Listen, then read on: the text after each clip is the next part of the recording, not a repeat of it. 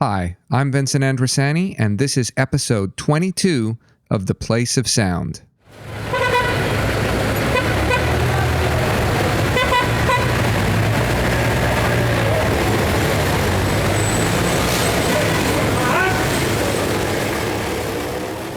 This episode is the third in a three-part retrospective listen to some of the work that aired on The Place of Sound in 2021. The first episode in this series, episode 20, explored the audio portrait, and we learned a bit about how audio portraits are produced while listening back to 7 distinct projects. We did the same in part 2, episode 21, which focused on the soundscape composition. And in that episode, we listened back to 4 different projects. In this, the third and final episode, we'll explore a more documentary or podcast-style approach to storytelling. Because this is a much longer form of audio production, we have the time to listen to only 2 projects. The first is titled Barney and Me by Katelyn Myrskog and is a tribute to her bunny, Barney. Barney was a great companion to Katelyn during the first few months of the lockdown, helping her through the feelings of isolation that so many of us have experienced over the last 18 or so months. The second piece is titled The Memory Clock and is by Kit Chalkley. I'll let Kit introduce their work themselves, which we'll hear immediately following Katelyn's piece. It's a fabulous project that you can learn more about by checking out the featured work section on the Place of Sound website. In the meantime, enjoy these 2 projects, which are excellent examples of the work that airs regularly on the Place of Sound. The reason we're smiling is because of you, Barney. Aww. Today has been really special. Oh, it was special for me, too. Of course, every day is special when you spend it with people you love. I love you. You love me. We're a happy family with a great big hug and a kiss from me to you. Won't you say you love me too? Now that we have sort of reached a new kind of normal, or something resembling that of life before the pandemic, the months leading up to the summer seem somewhat of a distant memory. To me, it feels like March to June happened 2 years ago, rather than 6 months. I remember saying to myself and friends, this is going to blow over soon, maybe in 2 weeks. Yeah. Sure, Jan, cut to December 9th, and we're still here. The fact of the matter is, the person you are today never would have existed if that time never happened. All of us experiencing the trials and tribulations that COVID has offered us. Even so, I'm sure we can all agree when I say, I wish this never happened. And I'm sure we have all wondered how different life would be if it didn't. I could choose to be angry over the circumstances, which I am, but instead, I have come to peace with it, and I'm excited to see what the future holds. Hopefully something bright to lead us out of this indefinite abyss. During my time in quarantine, I had found new ways of keeping myself occupied. Yes, there was school, but I'm sure many students can relate when I say that school can only occupy so much of your time. I took comfort in cooking, learning new recipes, trying out foods I probably never would have bothered to try as I never had the time. I also tried my best to exercise. Okay, when I say I tried my best, I think I only worked out for a week. Even Chloe Ting, the booty master, couldn't pull me out of my COVID funk.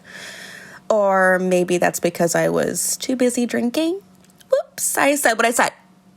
There's a reason LCBO stayed open, like Wendy Williams greeting me at the door saying, "How you doing?" However, anything I could have done could not have helped the inevitable loneliness I experienced during this time. Cue tiny violin music from SpongeBob. Many times a night, I found myself lost, confused, and isolated in my lamented sadness, unearthed in my sanctuary, my 1-bedroom plus den apartment in Ottawa. Unfortunately, I had the den, with no window, and instead a small glass partition letting in the few hours of daylight. Daylight I would never see because I was half asleep most of the time. Adjusting from working until 2 in the morning to doing nothing at all was also rather difficult. I used to be a hostess at a restaurant. I yearned to go back to my daily routine, one where I could look hot and go to work, look hot and go to Joey's, look hot, and go to school. Okay, who am I kidding? I look like a dead rat going to school. But it was the principle of something to look forward to, having a regimen, having a life. But like all of us, I had to adopt a new one. Amongst all my experiences during this time, there really is only one thing I was so grateful for, and that was my sweet little rabbit, Barney. I could go on and on about being alone, but I never really was. Even though he couldn't talk or do anything resembling a human, his presence was more than enough. I never knew that when I got him, that his purpose in my life was so much greater than what I thought it ever could be. I had animals pretty much my whole life.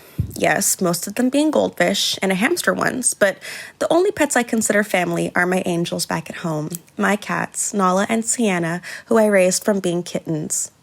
But when I moved to Ottawa, I couldn't take them with me, so for 4 years I was always missing that part of my life, and many times I found myself wanting a little pet for myself during my time here.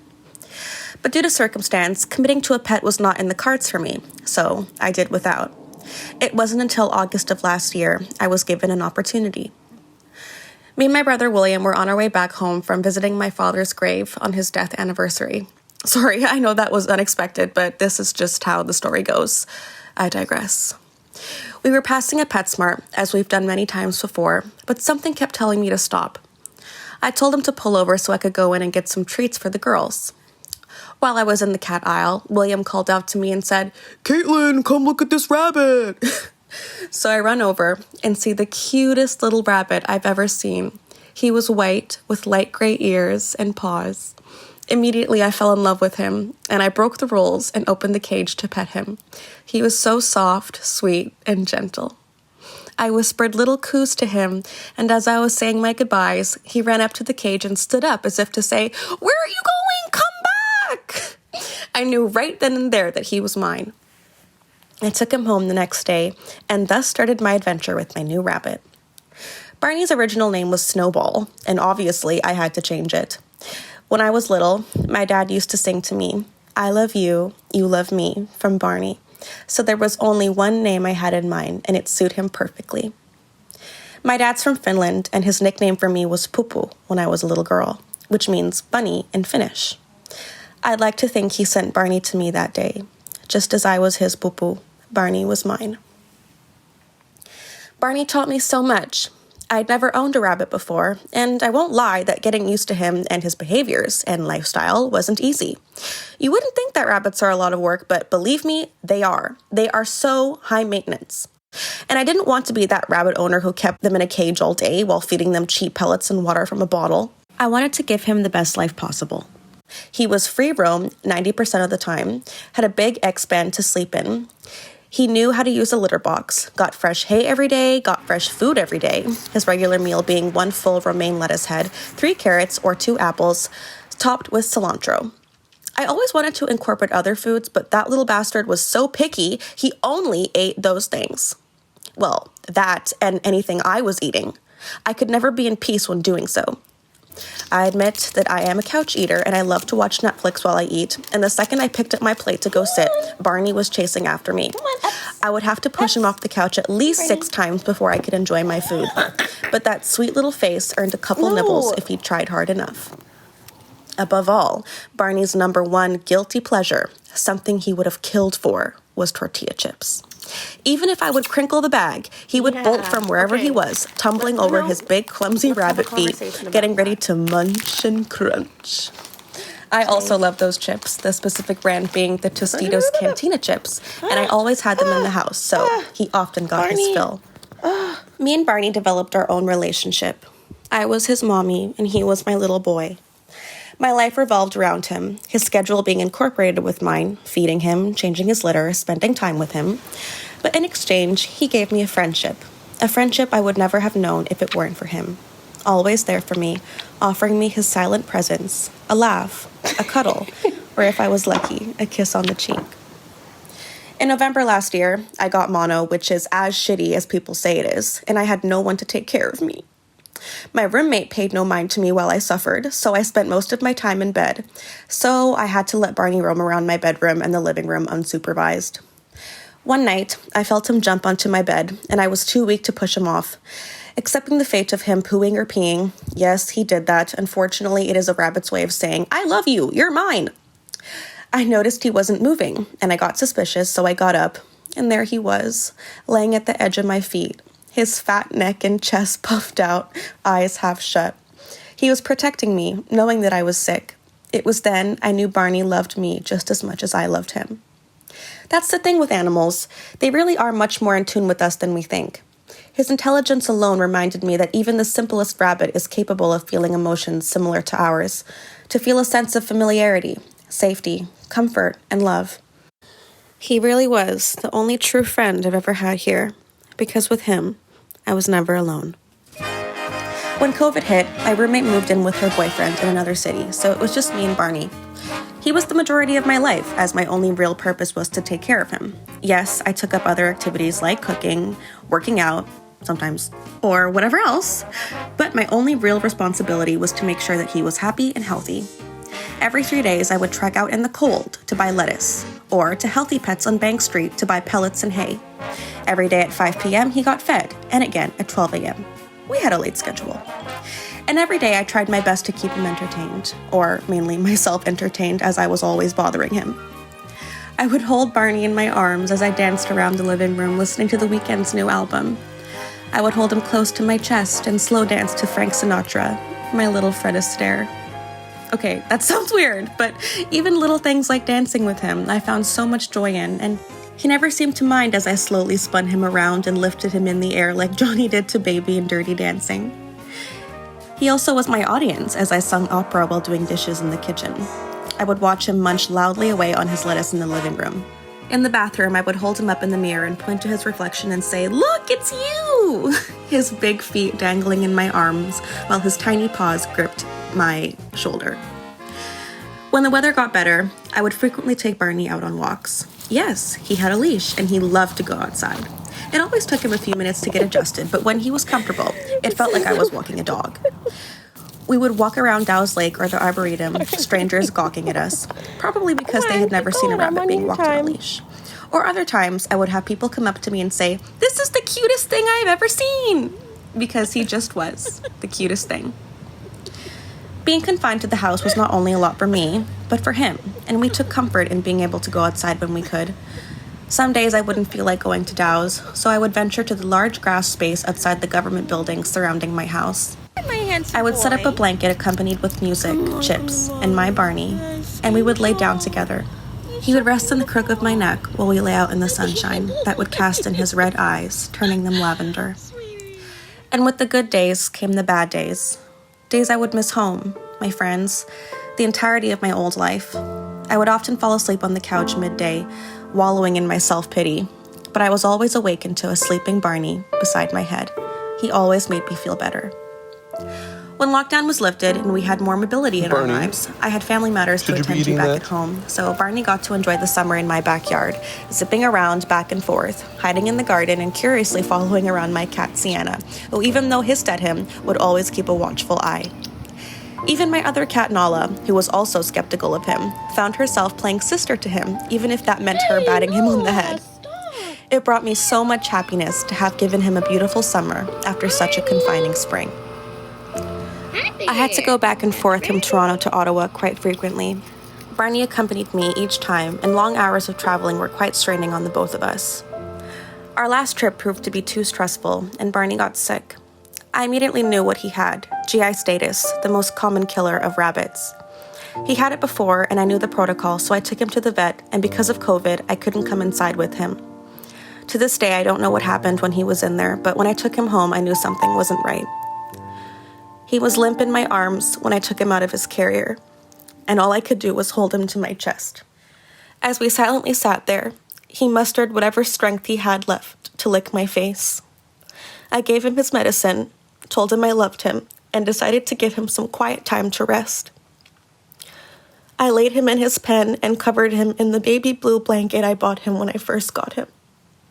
Later that night, he passed away. You might ask, how could something so small mean something so big? The answer is easy. Even though he was just a little rabbit, Barney taught me to find happiness in the littlest of things, to always look at the bright side, acceptance, patience, and as cheesy as it sounds, how to love with an open heart. When I look back on my time with him, it not only reminds me of what I lost during this time of isolation, but also what I gained. I gained a new sense of self, being able to make do with what I was given, to find things to keep me sane, entertained, or even finding new things about myself. If it weren't for COVID, I probably never would have bothered to learn how to cook sous vide scrambled eggs, or learn how to do the choreography to Slave for You by Britney Spears. I never would have had to learn how to find comfort in being alone, or to find happiness and excitement in going to the park, watching strangers with their dogs, or the ducks and the ducklings diving for food in the lake. I never would have learned that even the little things in life are enough to be able to say, I have a life worth living. And most importantly, I never would have realized that even having a little rabbit to keep me company could make the most dreary day into a wonderful one. And I'm sure anyone can relate to at least one thing that has done the same for them. Over time, I have come to peace with Barney's death, and I am eternally grateful for the time I spent with him. But as I say this, I realize that his death represents more than the loss of a pet, but also the loss of what you once knew, the uncertainty of the future full of despair and anger. But as time goes by, life reveals that not all change is bad, and that there is always a light at the end of the tunnel. It just takes some time to get there. After a very long year, there's a lot I miss. I miss going to Carleton. I miss going to work. I miss boys. I miss going to the bar with my friends. I miss my family, but most of all, I miss my sweet baby boy, my Barney. I'll never know why God chose to end our time together, but I do know that Barney came to me for a reason, and that he loved me just as I loved him. I only ever wanted to give him a beautiful life. I never thought he would have given me one in return. And such a gift it was to have loved and to be loved by this silly, rambunctious, friendly, and sweet little rabbit. I'll always love you, Barney. Thank you for being my friend. I took Dr. Adrasani's digital media production class in the winter semester of 2020. And just as the semester was coming to an end, Ottawa went into lockdown, and we were left to complete the course from home. And so suddenly I found myself cut off from the many places I wanted to explore with my field recorder for my final project. And although this seemed like a limitation at the time, it ended up prompting the Isolation Museum, a project with contributors from all over the world, and something that has encouraged social connections I otherwise would never have made while in lockdown. But it all started with my recorder in hand, collecting the sounds I could find from within my own home.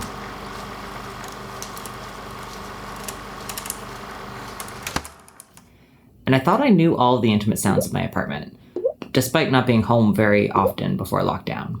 There's a drippy bathtub faucet, the hum of the refrigerator, the traffic noises that found their way in even when the windows were closed, my neighbor's television blaring through our shared wall. But the more time I spent in my home during lockdown, the more I noticed other little noises, and the way that these sounds were all connected to other places and people. Some were infrastructural connections, like the noises of waterways, of electrical grids, and city streets, and the shared walls of an apartment complex. But in other cases, these sounds also represented sentimental connections. And it's the latter that I found particularly interesting, and it's what led me to focus my final project on the sounds of the clock hanging in my front hall. My sister made this clock from a basketball hoop that used to hang outside her childhood home, and it holds a lot of sentimental value for me. So I decided to call her, she lives in Australia, and ask her about the memories that she had attached to the clock, as well as her process in making it. And the practice of doing so led to a brilliant conversation and a profound feeling of connection with my sister that I was already missing during my short time in lockdown thus far. So although she was halfway around the world and we knew we wouldn't be able to see each other anytime soon, talking about the clock together had us reminiscing about where we came from and where we each are today. So in a way, the clock acted as a bridge between siblings, between the past and the present, and between Canada and Australia. And I thought it would be really good to share this experience with others and encourage them to try it themselves and also to share their reflections. So I built the Isolation Museum in an effort to build an archive of reflections from lockdown. Here, people could share the many objects, people, pets, and activities that was keeping them company while in isolation, and importantly, connect them to others. And it seemed like this prompting was something that people wanted. Much to my surprise, contributions to the museum began to roll in, and I had to approve each one individually. So reading through the submissions became a source of company for me. I met people from all over Canada and the world, community volunteers, hospital workers, Scrabble winners, struggling students, family pets, and a whole variety of incredible artists. Some people began emailing me about their day-to-day lives, just wanting someone to talk to while stuck at home. Some shared everyday joy, others stories of heartbreak. And although I named it the Isolation Museum, this project became my very connection to the world as we rode out the first wave of the pandemic here in Ottawa.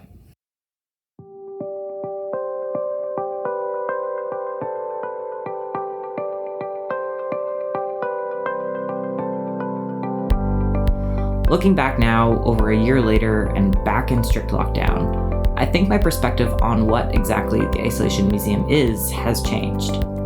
More than an archive of isolation, I think it's an archive of hope. The pandemic has been incredibly difficult for so many people, but many of the submissions that I've received have this element of hope and a continued desire to connect with others, even through and over pain. And looking through the artifacts in the Isolation Museum continues to give me hope, although sometimes this does border on naivety. For example, I've been talking about closing down the submission portal since last August, under the belief that we were close to returning to a quote-unquote normal. Obviously, that was not the case. And maybe this is a continuation of my naivete, but I remain hopeful about what this normal we will return to might be. Rather than resigning ourselves to the status quo, there's the potential for us to return to a new normal. A normal with racial justice, with fair pay for essential workers, paid sick days, more accessible healthcare, and better care for our environment. And while these goals can seem like high hopes, the pandemic has shown that it holds the possibility for systemic changes to happen. So submissions to the Isolation Museum have certainly slowed down, but I keep the submission portal open because we need all the hope we can get if we're to make this new normal a reality. Since last year, I've moved the basketball clock to the wall right beside my desk, and I hear it ticking every day as I work, 1 second at a time. It keeps going, and so will we.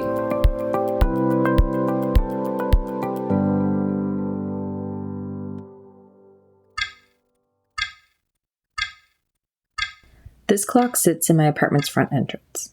It is beautiful in its simplicity, but there is something strange about it. If you take a closer look, you'll realize it's built from something unexpected. It's kind of always been a part of our childhood home. I consider that home in Trenton like our childhood home. It's where we did most of our growing as a family.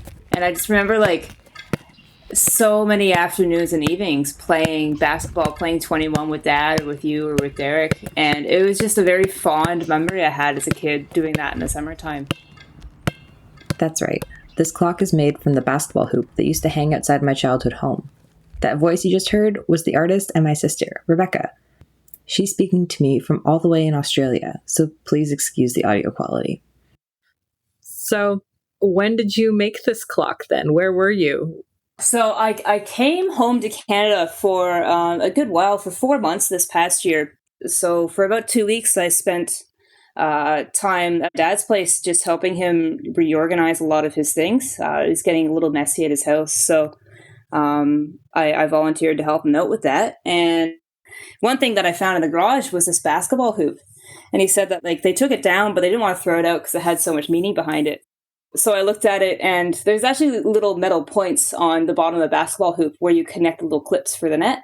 And there are 12 points on it, coincidentally enough. So we thought, well, why don't we make it into a clock? So I painted the 12 little points there to symbolize the hours. And I found some cedar lying around from another job that I had done for my uncle. And I finished it up and I put it all together, and I think it went quite well.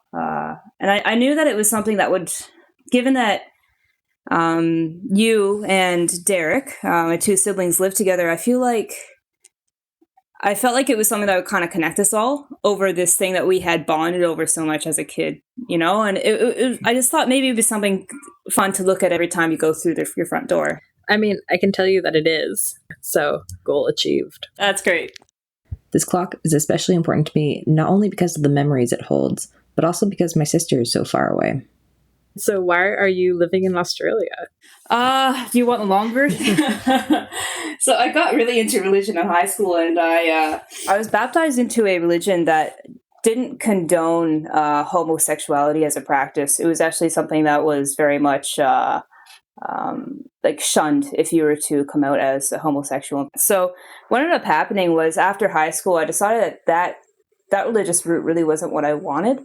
And that I wanted to be able to love somebody and come out and just kind of be myself and love what I wanted to love and be what I wanted to be. So I decided to do that when I was about 22. Of course, that meant that I lost a lot during that year. I lost all my friends. Coincidentally enough, I also lost my job because the place that I was working for wasn't doing too well. So I was a welder there for 3 years, but I lost that. And I was at this point in my life where I was just suddenly living at my parents' house, and I had no clue what I wanted to do, where I wanted to go. If I wanted to find a welding job elsewhere, I was starting to kind of fall out of love with that too. So ultimately, I feel like I had nothing to lose.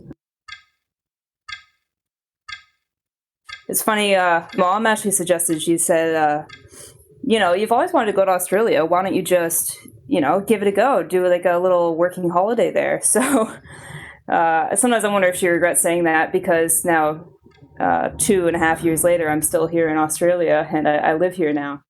I love this place a lot. I love the sun, I love the weather, and and I love my woman. She just walked by in the doorway. As much as my heart will always be a part of me in Canada, there's also just Australia has a part of me too, To me, this clock is somewhat bittersweet. It's both a symbol of my sister's newfound happiness and also a reminder of those fond family memories. But it also seems like every second that ticks by pushes us further and further away from our memories and from each other.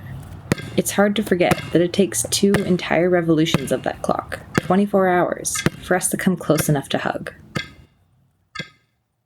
I never realized how important it is to have actual physical, printed out photos until I came here. Yeah, it's interesting, having you so far away. I know we have all these, digital technologies, and, I can talk to you right now, and it sounds like you're almost next to me. There's a little bit of lag or whatever, but, there's something about having, a material item there that is, was made for me by this person who is very far away right now. I think so, too. The more I'm at home, I feel like I've definitely felt lots of different types of homesickness, and it's just one of those things that grounds me, is just knowing that there are these little things around the house that do remind me of you guys. And as much as you guys are on the other side of the world, you really aren't that far away. I know that you guys are always a call away, always just a flight away. Yeah.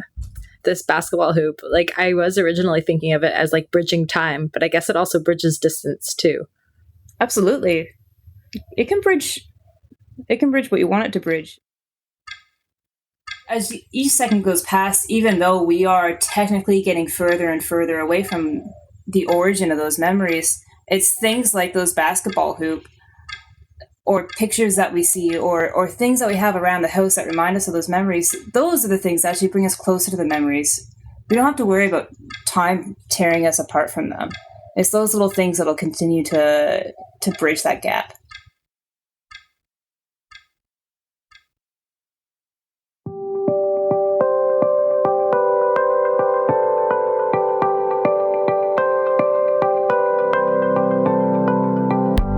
Thanks to Katelyn and Kit for sharing their stories, and thanks to you for tuning in to this episode of The Place of Sound. See you next time.